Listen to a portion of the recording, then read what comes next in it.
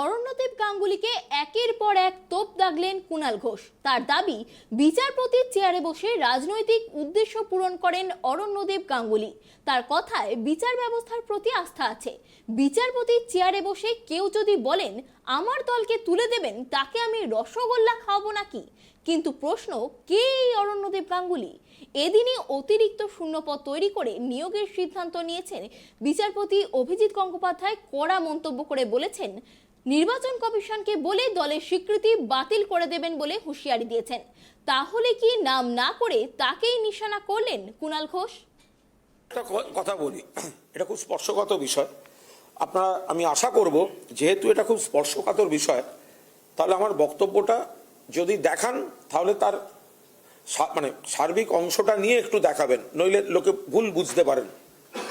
দেখুন, জুডিশিয়ারির প্রতি, বিচার ব্যবস্থার প্রতি আমাদের পূর্ণ আস্থা আছে, এবং আজও সমাজে যদি কারুর সঙ্গে কারুর ঝগড়া হয়, শেষ পর্যন্ত গিয়ে মানুষ বলে আপনাকে আমি কোর্টে দেখে নেব।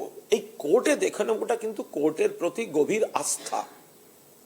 আমরাও ম্যাজিস্ট্রেট থেকে court, session court, high court, supreme court আমরা শ্রদ্ধা করি।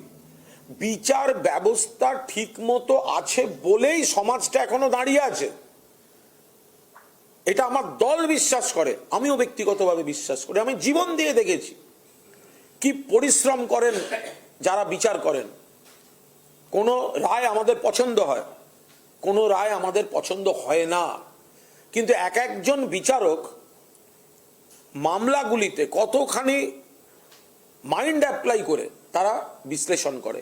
প্রত্যেক বিচারপতির সামনে যে মামলা আসে, তার একটা পক্ষ ভুল, একটা পক্ষ ঠিক, প্রত্যেক মামলায়।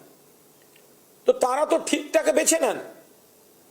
এটাই তো সিস্টেম, এটাই তো রায়। কারুর অপছন্দ হলে হায়ার কোর্টে যাবে, সেখানেও আরেকজন বিচারপতি বা ডিভিশন বেঞ্চ দেখছেন।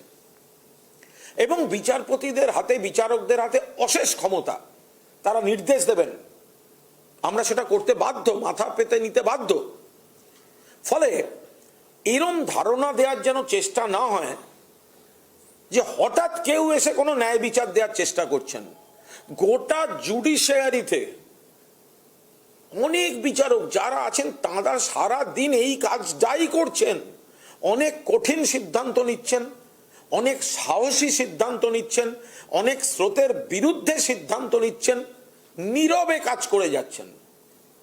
কিন্তু কেউ যদি দুর্ভাগ্যজনকভাবে মনে করেন যে তিনি তার উইশ লিস্ট তিনি কি চান, সেটা পর্যবেক্ষণের মোড়কে সংবাদ মাধ্যমের সামনে প্রকাশ করে আরো বেশি মানুষের কাছে পৌঁছে নিজেকে অরণ্যদেব সাজাবেন, তাহলে এটা খুব দুর্ভাগ্যজনক। এটা কিন্তু খুব দুর্ভাগ্যজনক। বিচার ব্যবস্থাকে আমরা শ্রদ্ধা করি, কারণ সব বিচারক তারা ন্যায় বিচার দেওয়ার জন্য বসে আছেন। নীরবে তারা কাজ করে যান, ব্যক্তিগত ইমেজ বিল্ডিং এর খেলায় তারা যান না। যেখানে ভুল 100 বার বলবেন, সরকারের ভুল বলবেন, প্রভাবশালীর ভুল বলবেন, কিন্তু তার জন্য একটা দল তুলে দিতে বলবো, অমুককে ডেকে পাঠিয়ে জিজ্ঞাসা করব, এটা কি? আমি কারুর কোনো নাম বলছি না। আমি শুনেছি কেউ কেউ আমাদের দলের মুখপাত্র শব্দ ব্যবহার করে কিছু কিছু বলেছেন। তো আমাদের দলে অনেক মুখপাত্র আছে, আমিও একজন মুখপাত্র। তা যার বলার ইচ্ছে হয় মুখপাত্রদের, তো নাম করে বলতে পারেন। তা আমিও কারুর নাম করে বলছি না, আমি ধরে নিচ্ছি AG অরণ্যদেব গাঙ্গুলি। কেউ হয়তো নিজেকে অরণ্যদেব ভাবছেন। আমি পরিষ্কার বলছি, গোটা জুডিশিয়ারির উপর আমাদের আস্থা আছে, সম্মান করি।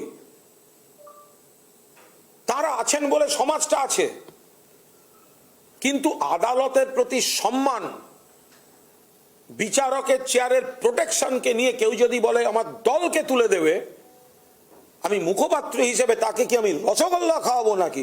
যান অরণ্যদেব গাঙ্গুলি, আপনার যা ক্ষমতা আছে করে নিন। কোন জুনিয়র হিসেবে কোন সিনিয়রের পেছনে ঘুরতেন, সেই রাজনৈতিক উইশ লিস্ট বিচারকের আসনে বসে বলা যায় না।